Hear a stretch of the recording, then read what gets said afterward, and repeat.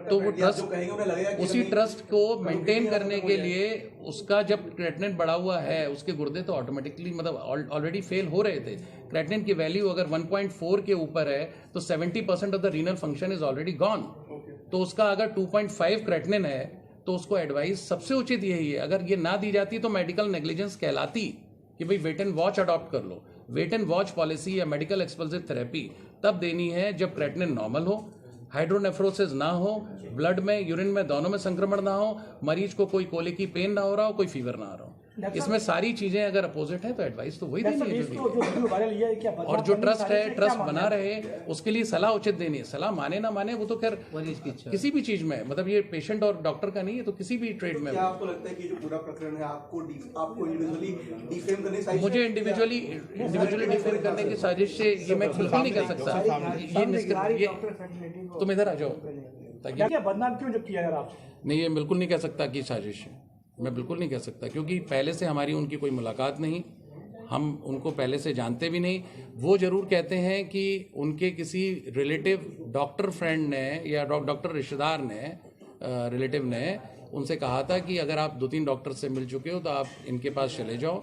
Although उस doctor का भी फ़ोन आया था कि सर क्या करें, ये तो तैयार नहीं है, उनके सामने ही उन्हीं के फ़ोन से। तो मैंने बोला कोई बात नहीं, तो दवा हम लिख दे रहे हैं, मगर इसको ज़्यादा डिले अगर निकल जाए तो एक बात अलग ही है, वो तो 1 in 100 चांस है, मगर वरना डिले नहीं करना। ये तो वीडियो वायरल होने के बाद आप मीडिया के सामने क्यों हैं?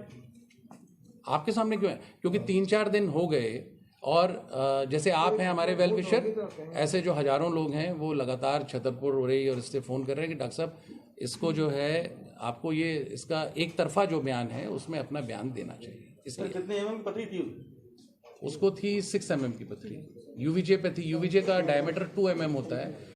तो उसमें आपने दवा लिखी, दवाई से आराम मिला, उसके बाद ग्वालियर गए, कई बार सत्य है? देखिए, उसने मुझे जब दिखाया तो उसकी हालत काफ़ी ख़राब थी, वो हॉस्पिटल से वेनफ्लोन लगवाए हुए ही आया था। हमने ये कहा था, उसने कहा कि डॉक्टर साहब ये हमें कब कराना चाहिए, तो हमने बोला इसको लेट करके नहीं कराना है, ये एक रिवर्सिबल प्रॉब्लम है, इसमें ये करेक्टेबल प्रॉब्लम है।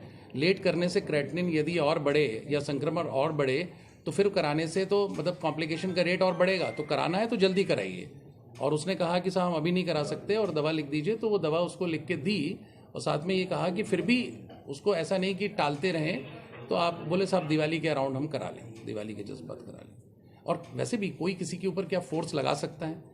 क्या कोई किसी को फोर्सफुली हम कह रहे हैं एक खून की जांच हीमोग्लोबिन भी करा सकता है? लिख के देगा। कई मरीज हैं टहलते हुए बाहर निकल जाते हैं, भाई उनकी अपनी मर्जी है, वो इलाज कराते हैं नहीं कराते। लेकिन पेशेंट कोई भी और उसमें साथ देने में कोई भी किसी को कुछ कहे। बात तो पहले डॉक्टर बुंदेला का एक बार नाम आया और मेरा नाम आया और बाकी कोई नाम नहीं आया, मगर जब मैं उसको कोई मुझे पढ़वा देता है आप ही लोग, और इतने सालों से वो स्वस्थ भी चल रहा है, मगर सब डॉक्टर मतलब आई विल नॉट नेम, मगर आप लोग खुद देख सकते हैं। आप लोग तो जैसे हमारा काम पेशा डॉक्टरी है, आपका पेशा रिपोर्टिंग और मीडिया की हर चीज को बारीकी से देखना है, आप देख सकते हैं। तो अगर ऐसा ही है भाई ठीक है, तो फिर तो आप सब लोग भगवान भरोसे स्वस्थ हैं और भगवान करे स्वस्थ रहें। और जो इंसान ये आरोप लगा रहा है उसका बगैर दूसरे पक्ष को देखे आपने निकाल दिया।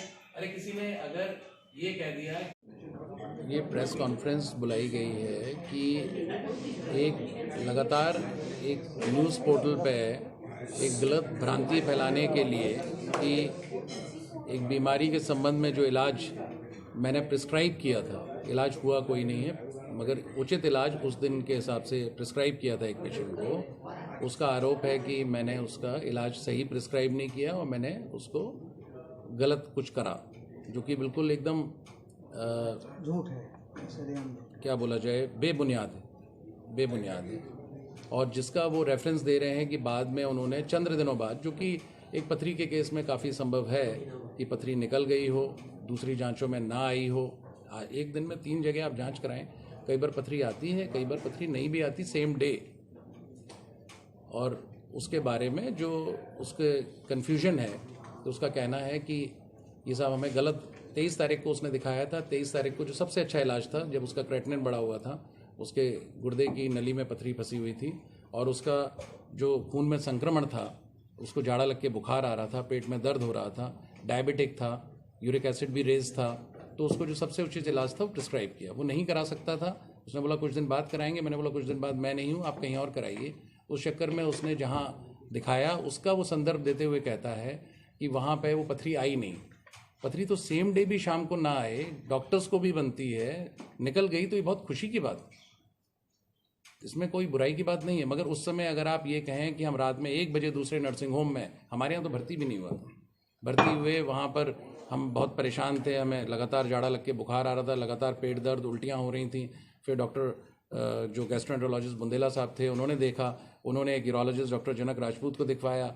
अब वो हमें समझ में नहीं आया, उन्होंने ऑपरेशन बताया। तो डॉक्टर साहब इसमें क्या होना चाहिए, तो बताएंगे। तो हम वही जो किताब और प्रैक्टिकल और हर तरीके से यहाँ से लेके अमेरिका तक सही होगा। डॉक्टर साहब उसका ये कहना था कि जिस प्रकार से आपने देखा तत्काल